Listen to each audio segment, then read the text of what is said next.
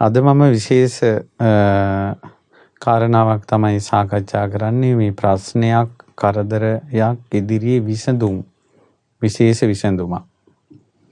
ඉතින් බුදුරජාණන් වහන්සේ වදාළ අනුශාසන අමතක කරන්න එපා. තමන්ගේ ජීවිතේට ප්‍රශ්නයක් කරදරයක් අභියෝගයක් ආවොත් ඉස්සෙල්ලාම කලබල වෙන්න එපා කිව්වා. කලබල වුණොත් බය වුණොත් එකපාරම අඬන්න ශෝක වෙන්න ගත්තොත් එහෙම එයාට විසඳුම පේන්නේ නැතුව යනවා. සමහරට විසඳුම ළඟම තියෙනවා ඒක පේන්නේ නැහැ. ඊට පස්සේ බුදුරජාණන් වහන්සේ වදාලා තමන්ගේ මානසික බිඳ වැටීම කඩා වැටීම ලෝකෙට පෙන්වන්න එපා කියලා කිව්වා. එතකොටත් මේ විසඳුමට යන්න අමාරු වෙනවා කිව්වා. ඊළඟට බුදුරජාණන් වහන්සේ වදාලා යම් ආකාරයකින් නම් මේ ප්‍රශ්නේ විසඳෙන්නේ ඒ ආකාරයට දැන් උත්තර හොයන්න කිව්වා. බුදුරජාණන් වහන්සේ සංසාරේ තමන්ගේ ජීවිතයේ අභියෝග ප්‍රශ්නවලට උත්තර හෙව්වා. උත්තර හොයනකොට බුදුරජාණන් වහන්සේ තුල ප්‍රඥාව මේරුවා. ඒක තමයි බුදුරජාණන් වහන්සේගේ ප්‍රඥා පාරමිතාව. ඒ නිසා ඔබගේ ජීවිතයේ ගැටලු වලට යම් ආකාරයකින් ඔබ විසඳුම් හොයනකොට ඔබගේ ප්‍රශ්නේත් විසඳිලා යාවි. නිවන් අවබෝධ කරන ප්‍රඥාව මෝරන්න ගන්නවා. දැන් අපිට ධර්මයේ ලැබිලා තියෙනවා ශාසනය ලැබිලා තියෙනවා ධර්මය අවබෝධ කරන ප්‍රඥාව නැහැ. ඉතින් ඒ නිසා තමයි මේ ඒකටත් විසඳුමක් තමයි මේ දෙන්නේ. මේ උපාය කුසල දහම් අනුශාසනාවේ. අද විසඳුමක් විදිහට අපි සාකච්ඡා කරන්නේ සමගිය, තනි නොවීම, එක්ව සිටීම ප්‍රශ්නයකට උත්තරයක්. ප්‍රශ්නයකට පිළිතුරක් තමයි තනි වෙන්නේ නැතුව ඉන්න එක. ප්‍රශ්නයක් ආවොත් කරදරයක් ආවොත් අවුලක් ආවොත් තනි වෙන්න හොඳ නැහැ. ඔයාලා හොඳට බලන්න අපේ දැන් ජීවිතේ හැදලා තියෙන ප්‍රශ්න විසඳෙන විදිහට නෙවෙයි ප්‍රශ්න ඇවිලෙන විදිහනේ. බලන්න ප්‍රශ්නයක් ආවොත් අනිවාර්යෙන් තනි වෙනවා. කාමරේට යන්න තමයි බලන්නේ. දොර වහ ගන්නවා. කොයි හරි ඉසෑරුණා තියනවා. හැම වෙලාවෙම තනි වෙන්න බලනවා. ප්‍රශ්නයක් වුණා. ඊට පස්සේ එක දිගට මනස්ගත හිත හිතා ඉන්නවා. ඊට පස්සේ තමන්ම තනියෙන් හිතනවා මං ලෝකෙට බරක් වෙන්න ඇති. මගෙන් අනිත් අයට ප්‍රශ්න වෙන්න ඇති. මටමයි මෙහෙමයි කරදර. අනිත් අයට නෑ. මෙහෙම කියලා තනියෙන් හිතනවා. ඕවර් තින්කින් කරනවා. ඊට පස්සේ තනියෙන් ඕනාවටත් වැඩි හිතලා සමහර මිනිස්සු සියදිවි නසා ගන්නවා. වැරදි තීරණ ගන්නවා. අවුල් හදා ගන්නවා. නිකන් ලෙඩ ගොඩක් හැදෙනවා. එහෙම නෙමෙයි. බුදුරජාණන් වහන්සේ වදාලා තනි වෙන්න එපා කිව්වා. එතකොට මතක තියාගන්න ප්‍රශ්නයක් වෙච්ච අරුබුදයක් වෙච්ච කෙනෙක්ව තනි කරන්නත් එපා. ඒක හොඳ නැහැ. මේ ප්‍රශ්නෙට මුහුණ දුන්න කෙනා පිරිසත් එක්ක ඉන්න හිතට හයිය ගන්න ඕන. අනිත් අය කාරුණික මිනිස්සු ඉන්නවා නම් ප්‍රශ්නයක් කරදරයක් වෙච්ච මිනිස්සු තනි කරන්න එපා. ඒ මිනිසුන්ට හයියක් වෙන්න වචනයකින් හරි. හරි අපි අද කතා කරමු මේ සමගිය කියන එක. ප්‍රශ්නයකට කීප දෙනෙක් එකතු වෙලා උත්තර හොයන එක විසඳුමක් වෙන්නේ කොහොමද? ඔයාලා අහලා තියෙනවා බුදුරජාණන් වහන්සේ සම්මෝධමාන ජාතක දේශනාවේ වදාලා මේ වටු කුරුල්ලෝ අල්ලන වැද්දෙක් කුරුල්ලෝ අහලා ඉන්නකොට වේගෙන් උඩින් දැල දාලා අල්ලනවා. ඉතින් කුරුල්ලෝ අහු වෙනවා රංචු පිටින්. බෝධිසත්වයෝ කුරුල්ලෙක් වෙලා ඉපදෙලා ඒ කාලේ. මේක දැකලා බෝධිසත්වයෝ ඒ රෑනට කිව්වා මෙහෙමයි අපිට මේ අභියෝග ජය ගන්න තියෙන්නේ අපි සමගි වෙන්න ඕන. එකතු වෙන්න ඕන. එකතු වෙලා අපි මේ දැල උස්සමු. ඊට පස්සේ ඔක්කොම එකතු වුණා එකට. ඊට පස්සේ කට්ටිය දැල දැම්මට පස්සේ දැල උස්සගෙන අහසින් රංචුම් පියාඹලා කටු රැවණියකට වගේ පාත් කරලා ඇතුලෙන් යනවා දැල රැඳ වෙනවා. ඔන්න දැන් මේ අභියෝගي ජය ගත්තා. සමගිය මුල් වෙලා. ඉතින් වැද්දා හිස්සතින් ගෙදර එන්නේ. අර ගෑණි බයිනවා. වරෙන් අත් දෙක ඔල්ලගෙන කියලා. ආන්න මුට්ටි වල තියෙන මොනවත් නැහැ. ඕවා උලා කාපන් කියලාලු වැද්දි බයින්නේ. ඊට පස්සේ අර මිනිස්සයා ඒ කියන හැම එකම අහගෙන ඉතින් ඇන තියාගෙන පිළිකන් වලට ඉඳගෙන කම්බලට අත තියාගෙන කියනවා. හරි යමුකෝ ඔහොම යමුකෝ ඔය කුරුල්ලෝ එකතු වෙලා මේක උස්සගෙන යනවා. යම් දවසක උන් අසමගි වුණ දවසට බලාගනින් උඹගේ මූණේ හිනාව. මගේ අත් දෙකේ බර එදාට. දැන් අත් දෙක වනවනාවට. ඊට පස්සේ ඉතින් අර ගෑණියන්නේ උඹ ගිහින් කියලා ගහගෙන යනවා. දවසක් කුරුල්ලු රංචුවේ එක කුරුල්ලෙක් අත්තක් උඩින් ඉඳලා වර්චස් කරනකොට යට හිටපු කුරුල්ලගේ තට්ටට වැටුණා. ඒ කුරුල්ලා ඇද්දා කේස් එක. "ඒයි මොකද උඹ? තෝ මොකද මගේ තට්ටට ජරා කළේ? උඹ ඉස්සර ඉඳලා මාත් එක්ක අවුලක් තියෙනවනේ" කියලා දැන් ඔන්න අවුල පටන් ගත්තා. ඊට පස්සේ ඒ ඵලයන් අන්දරෙට මෙහෙට කියලා. ඉතින් ඒ දෙන්න ඊට පස්සේ කිව්වා උඹලා දැන් කෑ ගහගෙන එනවා දැන් අපි එකතු වෙලා දැල උස්සන්නේ. උන්ටපංගෝ මාව නැතු උඹලා උස්සයිද කියලා. කියලා මෙහිම අවුල යනකොට බෝසත්වෝ කට්ටියට කිව්වා මේ හසමිකම් හදාගන්න එපා. අපි ගොදුරු හොයන්න යනවා නම් සමගින් යන්. ඊට පස්සේ අවුල් නම් අපි වෙනම යනවා කිව්වා. ඊට පස්සේ අර අවුල් කට්ටිය කිව්වා මේ අපිට බෑ මොන් එක්ක පලයන් අරහෙට කියලා දැන් අවුල් සෙට් එක වෙනම ඉන්න. මහා බෝධිසත්වෝ පිරිසත් අරගෙන ගියා. එතකොට අර ඔන්න බලන්න එක එතන වෙන විසඳුමක් තියෙනවා. අවුල් හැදෙන පිරිසක් එක්ක ඉඳලා අවුල විසඳ ගන්න බැයි නම් ඒ මොලේ නුවණ තියෙන කට්ටිය එතනින් අයින් වෙලා යන්න ඕන. ඒ කියන්නේ තැන මඟ හැරීම කියන එක විසඳුමක්. තැන මඟ හැරීම කියන එක විසඳුමක්. ඊට පස්සේ මොකද වුනේ? දැන් ඔන්න කුරුල්ලෝ ටික ගිහිල්ලා දැන් ආයෙ අර ගොදුරු ගමේ වැහුවා. වහනකොට ඉතින් අර අර්බුද තියෙනයි ඵලයන් අරහෙට. ඵලයන් අරහෙට කියලා දැන් එක එක්කෙනා එහෙම මේ රණ්ඩු දැන්. උඹ තමයි මගේ පිහාටට ජරා කළේ කියලා. දැන් කට්ටිය අසමගි වෙලා දැල උස්සන්නේ. වැද්දාව රංචුවම ගත්ත දැලට අරන් ගියා. hina වෙවි ගියා. වැද්දිගේ මෝන පීරිලා ගියා. අත් දෙක බරට කුරුල්ලෝ ටික උස්සගෙන එනකොට. ඉතින් බුදුරජාණන් වහන්සේ වදාළ අසමගිය නිසා නැසුනේ හැටි දැක්කද කියලා. ප්‍රශ්නයකදී තනි වෙන්න හොඳ නෑ. සමගි වෙන්න. ගෙදර කෙනෙකුට ප්‍රශ්නයක් ආවට පස්සේ ඒක තනි කරන්න එපා. එකගේ වැරද්දක් ඇති ඒ ප්‍රශ්නේදී. නමුත් අර්බුදේ ආපු වෙලාවේ එයා පිටට වැරද්ද පටවන්න නැතුව එකතු වෙලා විසඳුමක් හොයන්න. දැන් රටේ ලෝකෙ උමුත් උඹ වැරදි කියලා ඇඟිල්ල දික් කරනවා. ගෙදර උමුත් උඹ වැරදි කියලා ඇඟිල්ල දික් කරනවා. ඒකට අර වැරද්දට ලක් වෙච්ච මනුස්සයට මොකද්ද තියෙන පිහිට? සමහර වෙලාවට අම්මා තාත්තා දරුවන්ට අවවාද කරන්න පුළුවන්. ඒකට සහෝදර සහෝදරියෝ සමගියෙන් ඉන්න ඕන. තාත්තා පුතාට අවවාද කළා කියලා උඹ හොඳට අහගත්තා නේද කියලා අම්මත් පැත්තකට වුණොත්, නංගිත් පැත්තකට වුණොත්, අක්කත් පැත්තකට වුණොත්, අයියත් පැත්තකට වුණොත් අර පොඩි එකා තනි වෙලානේ. ආයතනයක බොස්ගෙන් වැඩ කරන කෙනෙක් බැලුම් ඇහුවොත් උඹ හොඳට අහගත්තා නේද කියලා අනිත් අයත් මෝව කොන් කළොත් එහෙම ඒ මිනිස්සේ අසරණ වෙනවානේ. හොඳ නෑ එහෙම කරන්න. එකතු වෙන්න ඕන ප්‍රශ්නයක් විසඳන්න. සමගිය ඕන. තනි කරන්න හොඳ නෑ. මම ලස්සන විද්‍යාත්මක පරීක්ෂණයක් දැක්කා. එයාලා මේ හොයනවා මේ සැඩ පහරකට මුහුණ දෙන්නේ කොහොමද කියලා. ඉතින් ඒකට එයාලා පොඩි උපකරණ ටිකක් හදලා උපකරණයකින් වතුර පාරක් එනවා. වතුර පාර එවනුට ඒ වතුර පාර යන එකේ තැන් තැන් වල පොඩි පොඩි කොටු ගල් කැට කෑලි වගේ තැන් තැන් වලින් තියලා තැන් තැන් වල කොළ මෙහින් වතුර පාර එවනකොට අර ටික ඔක්කොම ටික ගහගෙන යනවා.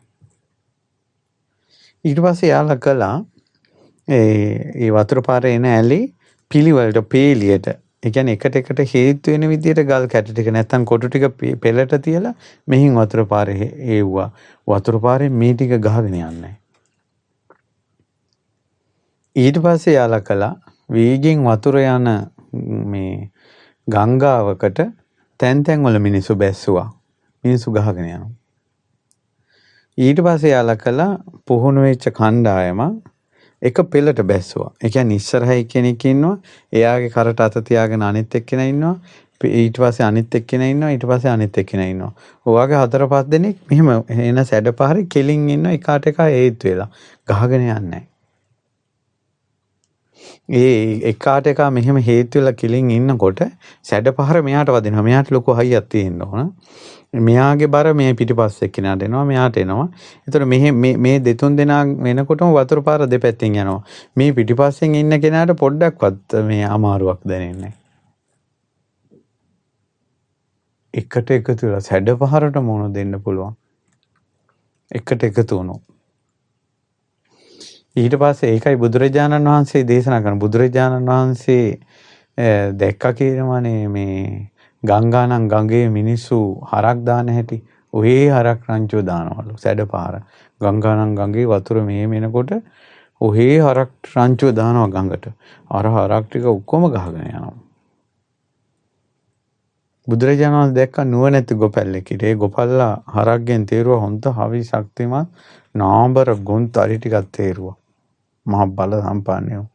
උන් රංචුව ඉස්සරහා තියලා උන්ගේ පිටිපස්සේ ඊළඟ තියෙන ගොන් නාඹ ටික දැම්මා. එහෙම දාලා හයිය ගොන් ටික දාලා පිටිපස්සේම චූටි පැටව. එදා ඉපදුන පැටව ටික පිටිපස්සේ තිබ්බා. දැන් ඊට පස්සේ ගඟට දැම්මා පෝලිමට. පෝලිමට යනකොට සැඩ පහර කපාගෙන එහා පැත්තට යනවා. එදා ඉපදුන වහු පැටියත් අර මහවැස්සියන්ගේ ඇඟේ හේතු එහා පැත්තට ගියා.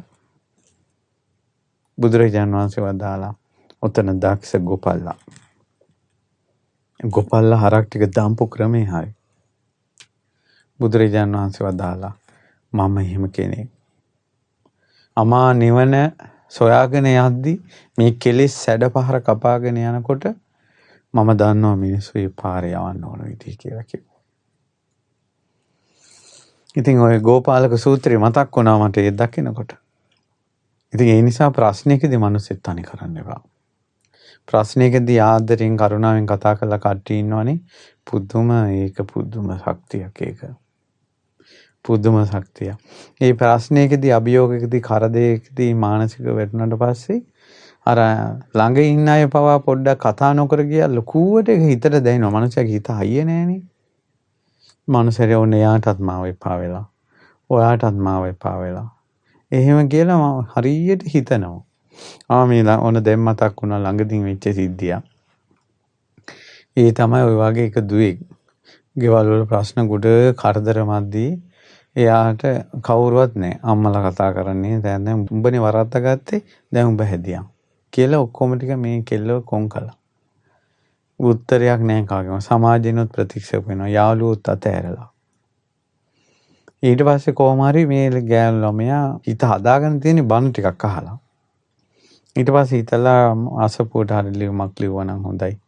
කියලා දැන් අසපුවට දැන් මෙයා ලියුමක් ලිව්වා. කලබලෙට මේ කෙල්ල ටෙලිෆෝන් නම්බරයක්වත් මොකක්වත් නැතුන් තමයි ඒවල තියෙන්නේ. දැන් උත්තරයක් ලැබෙයි කියලා දැන් හිටියා. දැන් අර ලියුම මේ ඇවිල්ලා දැන් උත්තරයක් යවන්න ටෙලිෆෝන් නම්බරයක්වත් නැහැ. නමුත් අර ලියුම දැකලා අපි දැක්කා ලියුම දැකලා පවුතින් මේ ළමයා කියලා හිතලා කොහොම හරි ඉතින් දහම් පොතකුත් යවලා දුව මේකට ඉවසන්න කියලා ඇඩ්‍රස් එකට සතියකමාරකට පස්සේ වගේ උත්තරයක් යවලා මෙහි. එතකොට දැන් අර ගෑනු ළමයා ඉන්නවා උත්තරයක් එනකන්. දැන් ඒ කෙල්ල හිතුවා නෑ. මට ස්වාමීන් වහන්සේලාගෙම උත්තරයක් නෑ. මං ලෝකෙට මේ පාවිච්චි කෙල්ලෙක්. මීට වැඩි හොඳයි මං සියදි විනාසා ගන්නවා නම් කියලා. කෙල්ල ගෙදර බාල්කෙට ලණුව දාලා තොණ්ඩුව දාගත්තා. ලණුව බෙල්ලට දා ගන්නකොටම පියුම් මහත්තයා මේ බයිසිකලේ බෙල් එක ගැහුවා. ඊට පස්සේ කෙල්ල ඉක්මනට බැහැලා ඇවිල්ලා දොර ඇරලා බලනකොට අර යාට ආපු ලියුම. දුව ඉවසන්න මේ සංසාරේ භයානකයි. ජීවිතේ නැති කරගන්න එපා. රාජ්‍යමාලා කතාව වගේ. එතකොට ඒකෙන් හිතනවා නෑ මං වෙනුවෙන් උත්තරයක් දෙන්න කෙනෙක් ඉන්නවා. මං ගැන බලන්න කවුරු හරි ඉන්නවා. මටත් ලෝකෙන් තුනුරුවන්ගේ පීඩල් ලැබුණා කියලා හයි ආවා. ඉතින් බණ පොත පපුවට තුරුල් කරගෙන ලණුව ලිහලා තියෙනවා. මේ පෙරේද වෙච්ච දෙයක්. ඉතින් පිනකට එහෙම නම් ඔයාලා ඔය චෙක් කරන්න යන්න එපා. නැත්නම් ඔයාලා ප්‍රශ්න ගොඩක් වෙලා ඉඳලා කාට හරි ලියුමක් ලියයි මේකට උත්තරයක් ආවොත් මෙහෙමයි නැත්නම් මෙහෙමයි කියලා. එහෙම දැන් මේ දහම් වැඩසටහන් කරන්න ඔයාලා වාසරණ කරන්න නෙවෙයි. උත්තරයක් හොයපල්ලා ජීවිතේට කියලා. ඉතින් ඒ නිසා මේ ජීවිතේට උත්තරය තමයි සමගීව සිටීම. ඒ නිසා මානසිකව කඩා වැටුණු වෙලාවට අපි කාගෙත් තියෙන දුර්වලතාවයක් අපි තනි වෙන්න බලන එකක්. ඒක හොඳ නැහැ. තනි වෙන්න එපා. ඒ වෙලාවට Tamanට කතා බහ කරන්න පුළුවන් හොඳ හිතවත් කරුණු කාරණා තේරුම් ගන්න පුළුවන් යාළුවන් දුර බැහැර හිටියත් හොයාගෙන යන්න. කතා කරන්න ටිකක් ෆෝන් එකෙන් හරි. හැබැයි මෙහෙමයි බබාලා වගේ තොත් අයත් එක්ක නෙවෙයි වැදගත් කරුණු කාරණා කියන Taman කියන දේ තේරෙන ඊට පස්සේ උපදේශයක් දෙන්න පුළුවන් කෙනෙකුට කතා කරනවා. ඔන්න ඊළඟ ප්‍රශ්නේ තමයි එහෙමයි ඉන්නවද කියන එක. ඔක්කොම බබාලා වුණොත් ඉවරයි. ඊළඟට දරුවෙකුට ප්‍රශ්නයක් වුණොත්, මහත්තයාට ප්‍රශ්නයක් වුණොත්, නෝනට ප්‍රශ්නයක් වුණොත්, වැඩපලේ කෙනෙකුට ප්‍රශ්නයක් වුණොත් එයාව තනි කරන්න එපා. එයාව තනි කරන්න එපා. බුදුරජාණන් වහන්සේ චාතුමාවේ වැඩ සිටිද්දී බුදුරජාණන් වහන්සේ සාරිපුත්ත මොග්ගල්ලාන උත්තමයන් පෙරටු කරගෙන සංඝයා 500ක් වැඩියා. ඒ සංඝයා පාත්‍ර සිවුරු තැන්පත් කළා ආගිය වැලගිය තොරතුරු ඇයි හොඳයි එකක්. කතා බහ කරද්දී විශාල ගෝසාවක් ආවා 500ක් හිටපු තැන. බුදුරජාණන් වහන්සේ පින්වත් ආනන්දයන් වහන්සේ අමතා වදාලා ආනන්ද කිම ඔය ගෝසාව මාළු වළන තැනක් වගේ. ස්වාමීනි සාරිපුත්ත මොග්ගල්ලානයන් පෙරටුව 500ක් සංඝයා තථාගතයන් වහන්සේ බැහැ දකින්න ඇවිල්ලා. ආනන්ද එන්න කියන්නේ 500ටම. සාරිපුත්ත මොග්ගල්ලානයන් අමතා වදාලා පින්වත් සාරිපුත්ත මොග්ගල්ලාන තථාගතයන් වහන්සේ වැඩ ඉන්න තැන මෙවැනි ගෝසාවක් කිම මාළු වළන තැනක් වගේ. මොහොතක්වත් මෙහි රඳින්න එපා ආපයින් යන්න කිව්වා. ඔන්න බුදුරජාණන් සංඝයා බැහැර කළා. බුදුරජාණන් සංඝයාව බැහැර කළා. දැන් ඔයාලා මොකද හිතන්නේ? මොකක්ද දැන් ওই ප්‍රශ්නෙට උත්තරේ මොකද්ද? ඔයාලට හිතෙන්නේ අපිට හිතෙන්නේ බුදුරජාණන් වහන්සේ බෑ කියලා යවුවනම් ඉතින් බෑම තමයි කියලා. සහම්පති මහ බ්‍රහ්මයා දුටුවා මේ සිද්ධිය. ඊට පස්සේ මේ ආපයින්ම සංඝයා ඇවිල්ලා යනකොට සාක්‍යයන්ගේ රැස්වීමක් එදා. ඒතකොට රැස්වීම ශාලාවේ කට්ටිය රැස්වීම අතරේ යාලා දැක්ක පාරේ සංඝයා වඩිනවා. ගිය පයින්ම ආයෙනවා දැක්ක. එහෙම සංඝයා ගිය පයින් එන්නේ. අර රැස්වීමේ නවත්තලා මිනිසු ටික සෝල් එකෙන් එළියට ආවා. ස්වාමීනි මොකද ආපයින්ම වඩින්නේ? තථාගතයන් වහන්සේ අපිව බැහැර කළා. පිළිගන්න බෑ කිව්වා. අනේ ඔබ වහන්සේලා ඔහොම වැඩි ඉන්න.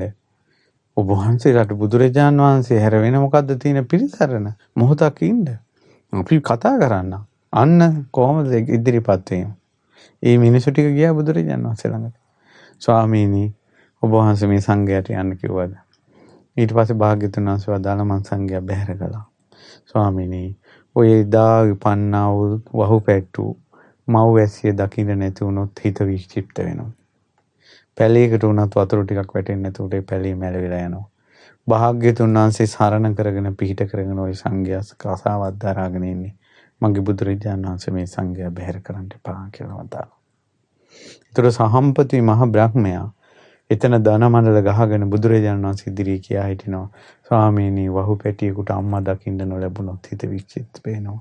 ස්වාමීනි පැලයකට උනත් වතුර නැතකොට පැලේ මැලවිලා යනවා. මගේ බුදුරජාණන් වහන්සේ සංඝයා බැහැර කරන්න එපා කියලා. ඉල්ලා හිටියා. සංඝයා වෙනුවෙන් කතා කළා. තනි කළේ නේ. බුදුරජාණන් වහන්සේ වදාලා හරි මං සංඝයාට අනුශාසනා කරනවා. එතකොට මම මුගලන් මහරහතන් වහන්සේ දිවසින් බලා හිටියේ හරියාන ගමන නතර කළා. පින්වත් මහණෙනි ශාක්‍යයන් විසිනුත් මහා බ්‍රහ්මයා විසිනුත් තථාගතයන් වහන්සේගේ හිත පැහැදෙව්වා. අපි නැවත දැන් යන් කියලා ආයෙ හැරිලා ආවා. ඒකට පණිවිඩය ගේන්න කලින් ආයෙ ස්වාමීන් වහන්සේ එතන වැඩියා. ඊට පස්සේ බුදුරජාණන් වහන්සේ අහනවා පින්වත් සාරිපුත්ත මොකද ඔබට හිතුනේ? සාරිපුත්තයන් වහන්සේ වදාලා බුදුරජාණන් වහන්සේත් මේ සංඝයා බැහැර කරපු එකේ මාත් පාඩුවේ බණ භාවනා කරගෙන ඉන්නවා කියලා හිතුණා කිව්වා. මා ඒවන් සාරිපුත්ත එසේ කියන්න එපා. නිශ්ශබ්ද වෙන්න දැන්. එහෙම කියන්න එපා. මොග්ගල්ලානට මොකද හිතුනේ? ස්වාමිනේ මට හිතුණා බුදුරජාණන් වහන්සේත් මේ සංඝයා බැහැර කරපු එකේ මම මේ හාමුදුරුවන්ට අවවාද කරන්න ඕන. බණ කියන්න ඕන කියලා. සාදු සාදු මොග්ගල්ලාන. මේ සංඝයාට එක්ක මම අවවාද කරන්න ඕන බණ කියන්න ඕන. නැත්තම් ඔය දෙන්න බණ කියන්න ඕන. බුදුරජාණන් වහන්සේ තමන් ඒ අය බැහැර කළාට බුදුරජාණන් වහන්සේ කැමතිුන්නේ සංඝයා එකතු වෙලා යාව බැහැර කරනවා. ඒ නිසා තාත්තා ඔයාලගේ දරුවෙකුට සැර කරන්න පුළුවන්. ඒ වුණාට අනිත් අය යාව මයින්කට දාන්න එපා. ඉස්කෝලේ පන්ති බාරස ටීචර් ළමයි බැහැර කරන්න පුළුවන්. විදුහල්පතිතුමා ළමයි බැහැර කරන්න පුළුවන්. පන්ති අනිත් යාළුවෝ යව කපලා දාන්න එපා. සමහරවිට සංසාර දෝෂ තියෙනවා. ඒ ටීචර්ට ඒ ළමයා හරි ගියේ නැතුණට, ඒ සර්ට ඒ ළමයා හරි ගියේ නැතුණට යාළුවන්ට එයා හොඳයි. උඹලා කාටවත් හොඳ නැතුණට යම්මට තාත්තට ඒ දරුවා හොඳයි. ඉතින් ඒ නිසා මේ තවක් කෙනෙක් නිසා තවක් කෙනෙක්ව බැහැර කරන්න එපා. හොඳ නෑ. ඔය වගේ ප්‍රශ්න නිසා කී දෙනෙක් බැට කාලා ඉන්නවද? ඔය කෙනෙක්ගේ ජීවිතයත් එක්ක කතා කරලා බලනකොට මේ කොන් වීම කියන එක, තනිවීම, තමන්ට කවුරුත් උදව්වට නැති වුණ අවස්ථා, අනිත් අය තමන් බැහැර කරපු අවස්ථා, එක කෙනාගේ ජීවිතේ වල එක එක විදිහට ඇති. ඒවට කියන්නේ ප්‍රශ්න මිසක් උත්තර නෙවෙයි. ප්‍රශ්න මිසක් උත්තර නෙවෙයි. උත්තරේ තමයි සමගිව සිටීම, එකතුව සිටීම, සහයෝගය ලබා දීම. ඒවා තමයි උත්තරේ. අපගේ මහ බෝධිසත්වයෝ එක්තරා ජීවිතයක මහා වනස්පති දිව්‍ය රාජයෙක් වෙලා. ඒතකොට ඒ දිව්‍ය රාජයා තමන්ගේ භූමාතු දේව පිරිස අමතලා කිව්වා, දෙවිවරුනි නුඹලා විමාන වලට අරක් ගනිද්දී මේ සල්වනේ අපි එක සල්ගස් ගොඩාක් තියෙනවා. ඒ එක තැන අරක් ගනින්න කිව්වා. ඒ කියන්නේ එකට හිටපල්ලා කිව්වා. ඔය ගෙවල් වල තනි තනියෙන් තියෙන ගස්, හන්දි වල තියෙන තනි තනියෙන් ගස්, ඕවට එහෙම අරක් ගන්න එපා, අනතුරු වැඩි කිව්වා. එතකොට මේ බෝධිසත්වයන්ගේ වචනෙට එකතු වෙච්ච දෙවිවරු ඔක්කොම බෝධිසත්වය අරක්ගෙන ඉන්න වනේ හැම ගහකටම අරක් ගත්තා. හිතුවක්කාර දෙවිවරු හිටියා. එහෙනම් හිතුවක්කාරකම කියන එක දෙවියන්ටත් ඇති වෙන අසනීපයක්ද නැද්ද? දෙවියන්ටත් ඒ අසනීපය තියෙනවා. ඊට පස්සේ දෙවිවරු ටිකක් කිව්වා මේ කැලේකට වෙලා මොකද කරන්නේ? ගම්මානවල වනස්පති ගස් වලට අරක් ගත්තාම ඒ අය පහන් තියෙනවා. සුවඳ පතුරනවා. පළතුරු වටේ තියෙනවා. පූජාවල් තියෙනවා. අපිට සත්කාර ලැබෙනවා කියලා. ඊට පස්සේ තනි තනියෙන් අරක් ගත්තා. ඔන්න ඔය කාලේ එකපාරම විශාල කුණාටුවක් ආවා. ඒ විශාල කුණාටුව වලින් ගෙවල් වල වහලා විසි වෙලා ගියා. ගස් ඉදිරිලා ගියා. මහා ගස් වල අතු කඩාගෙන යනවා. මුලින් දෙදරලා ගියා වැස්සත් එක්ක. හැබැයි සල්වනේ හරහා යනකොට ඒ වනේ ගස් මෙහෙම පාත් වෙලා අනිත් ගහට අනිත් ගහ හේතු වෙනවා. හේතු වෙලා ගස් ටික මෙහෙම නැමෙනවා. ගස් කැඩෙන්නේ නැහැ, ගැලවෙන්නේ නැහැ. අර තැන් තනි තනියෙන් හිටපු අයට විමාන අහිමි වුණා. කැලේ හිටපු කට්ටියට විමාන ඉතුරු වුණා. හානියක් වුණේ. එකට හිටපු නිසා රුක්ක ධම්ම. අද කාලේ වුණත් එහෙමයි. ස්වාමීන් වහන්සේලා කණ්ඩායමක් එක අදහසක එකට ඉන්නවා නම් බොහෝ කාලයක් ඒ හාමුදුරුවන්ට ඉන්න පුළුවන්. තනි තනියෙන් එහෙම හිටියට පස්සේ අනතුරු වැඩි. යම්කිසි භික්ෂුන් වහන්සේ නමකට මහානකම හොඳට බොහෝ කාලයක් ගත කරන්න ඕන කියලා හිතෙනවනම් ගුරුවරයෙක් යටතේ, එහෙම නැත්නම් වැදගත් හාමුදුරු නමක් යටතේ, අවවාද කරන්න පුළුවන් හාමුදුරු නමක් යටතේ සමූහයක් වශයෙන් ඉන්න ඕන, තනි තනි වෙන්නේ නැතුව. තනි තනි වුණාට පස්සේ අනතුරු වැඩි. සමහර හාමුදුරුවන්ට පන්සල් වල තනියෙන් ඉන්න සිද්ධ වෙනවා. එහෙම හිටියත් හොඳ යාළු හාමුදුරුවෝ ටිකක් ඉන්න ඕන. හදිසියකට කතා කරන්න, ඒ වාගේ මේ උදව්වට උපකාරයට සමූහයක් විදිහට ඉන්න ඕන. සමූහයක් විදිහට ඉඳීම කියන්නේ ගොඩක් ප්‍රශ්න වලට විසඳුම්. ඔය සමහර රටවල මිනිස්සු එකතු වෙලා රජවරු පවා පන්නන්නේ. ආණ්ඩුව පෙරලන්නේ. තනි තනියෙන් ගිහිල්ලාද සමූහයක් වශයෙන් එකතු වෙලාද? සමූහයක් වශයෙන් එකතු වෙලා. ඉතින් ඒ නිසා ඔයාලට කියවන්න ලැබුණොත් ඔය ජාතක කතාවල තච්ච සූකර කියලා ජාතකයක් තියෙනවා. ඔය කොටියෙකුයි තාපසයෙකුයි එකතු වෙලා ඔය ඌරන් සමූහයක් විනාශ කරනවා. අවසානයේ ඌරෝ ටික එකතු වෙලා හොඳ නායකත්වයක් යටතේ අර කොටියයි තාපසයයි ඔක්කොම නැසලා එයාලා මේ අනතුරු නැති කරගන්න විදිහකේ තියෙනවා. සමූහයක් විදිහට මුණ දීලා. තනි තනි නේ. නිසා මතක තියාගන්න ප්‍රශ්නයකදී තනි වෙන්න එපා. අනිත් අය දැනගන්න ඕන තවත් කෙනෙක් තනි කරන්නත් එපා. ප්‍රශ්නයකදී අනිත් අය තනි නොකිරීම පිනක්. ඒක හිතන්න ඕන මටත් ප්‍රශ්නයක් වුණොත්, මට අනිත් අය මාව කොන් කළොත් මොකක් වෙයිද? නිසා ඔබ තවත් කෙනෙකුට හයියක් වුණොත්, ගැටලුවකට ප්‍රශ්නයකට මුහුණ දීලා ඉන්න, ඔබට යම් දවසක ගැටලුවක් වුණොත් ඔබටත් හවියට ශක්තියට කවුරු හරි ළඟට එවි. ඔබ කරන දේ ඔබට විපාක දෙනවා. ඒක හොඳට මතක තියාගන්න. ඊළඟට ප්‍රශ්නයකදී කරදරයකදී සමූහයක් වශයෙන් පුණ්‍ය විපාක විදියටත් උදව්වට එනවා. ඒ ඉන්නේ මෙහෙම. සංසාරේ දානෙ දීලා තියෙන එක. උනාම දානමය පින්කම මුල් කරගෙන එයාට උදව්වට කට්ට එනවා.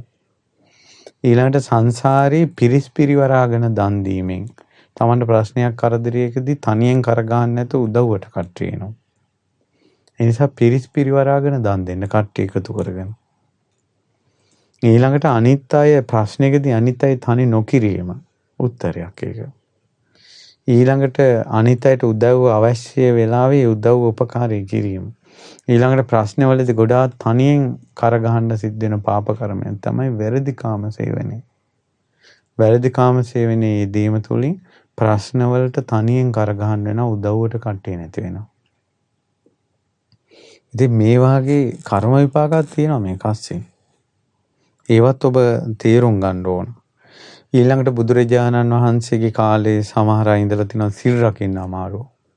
ඔය උදායි හාමුදුරුවෝ වගේ සිල් රකින්න. ඒකට සිල් රකින්න අමාරු නිතර කරදර වලටපත් වෙන හාමුදුරුවන්ට බුදුරජාණන් වහන්සේ ලබලා දුන්න උපදේශ තමයි නිෂ දෙන්න යාට. නිෂ දෙන්න කියන්නේ ඒ ස්වාමීන් වහන්සේ ගුරුවරයෙක්ගේ යටතේ සමූහයක්ගේ යටතේ මේ ගුරුවරයාගෙන් වෙන් වෙන්නේ නැතුව අවම අවුරුදු 5ක්වත් ඉන්න ඕන. තනි වෙන්නේ නැතුව ඉන්න ඕන. පිරිසක් අතර ඉන්න ඕනේ. ඒක උත්තරය. උපාලි මහරහතන් වහන්සේ විවේකයෙන් තනියෙන් යන්න හදද්දී බුදුරජාණන් වහන්සේ වදාළ උපාලි තනියෙන් ඉන්නවා කියන එක ඔක්කොටම හරියන එකක් නෙවෙයි. උපාලි ඔබ සංඝයා අතර ඉන්න කියලා බුදුරජාණන් වහන්සේ වදාළා. සංඝයා අතර ඉඳලා මහරහත්වයටපත් වුණා. ඒ නිසා ඔන්න අද අපි කතා කළා ජීවිතයකට ප්‍රශ්න කරදර වලදී උත්තරය. ඒ තමයි එකතු වෙන්න, සමූහයක් වශයෙන් ඉන්න, තනි වෙන්න එපා, උද්දකලා වෙන්න එපා. පිරිසක් එකතුව සමගිව හිටියට පස්සේ ප්‍රශ්නෙට උත්තරයක් හොයාගන්න පුළුවන් ශක්තියක් එනවා. අපරිහානීය ධර්මවලදී බුදුරජාණන් වහන්සේ රාජ්‍යයක් ඉදිරියට නඩත්තු කරන්න පවා කරදරයක් නැතුව සංඝයාගේ පැවැත්ම උදෙසා පවා සමගිව එකතු වීම, සමගිව සාකච්ඡා කිරීම, සමගිව විසිර යාම කියන එක වදාලා. සමගිය සුඛා සංගස්ස සාමග්ගී කියලා බුදුරජාණන් වහන්සේ වදාලා. සංඝයාගේ සමගිය සැපයක් කියලා. සංඝයා වුණත් තැන් වල කොහොම විසිරී නානා අදහස් කියලා ભેද බින්න වෙලා හිටියොත් මේ බුද්ධ ශාසනය හැටි කාලයක් පවතින්නේ. මේ බුද්ධ ශාසනය ඉදිරියට යන්න පුළුවන් කියන එකට අපිට විශ්වාසයක් තියාගන්න පුළුවන් සාධකයක් තමයි සංඝයා ඔක්කොම එකතු වෙලා හිටියොත්. සංඝයා එක අදහසක ඉන්න ඕන. සංඝයා සමගියෙන් ඉන්න ඕන. සංඝයා එකිනෙකා ભેද බින්න වෙලා එක එක්කිනාට බැනගෙන දොස් කියාගෙන බෙදී නානා අදහස් මත බෙදිලා උඹ කියලා ඇඟිල්ල දික් කරගෙන හිටියට පස්සේ මේ බුද්ධ ශාසනය මෙතනින් ඉවර වෙලා යයි පින්වතුනි. ඊට පස්සේ මේ බෙදීම කියන එකෙන් දෙවිවරු පවා බෙදෙනවා. කොසඹෑ නුවර අර වතුර බකට් එකකට සංඝයා බෙදිලා දෙවිවරු පවා බෙදුණා. ඒ නිසා හොඳ නෑ මේක. ඒ නිසා අද මේ අඩහෝරාව තුළ ඔබගේ ජීවිතේට අපේ ජීවිතේට අපි බුද්ධානුශාසනාවෙන් ගත්ත දහම් අවවාදේ තමයි ප්‍රශ්නයකදී සමගි වෙන්න ඕන. එකතු වෙලා ඉන්න ඕන. තනි වෙන්න හොඳ නෑ කියන එක. ඒ නිසා ඔක හිතේ තියාගෙන ඉන්න.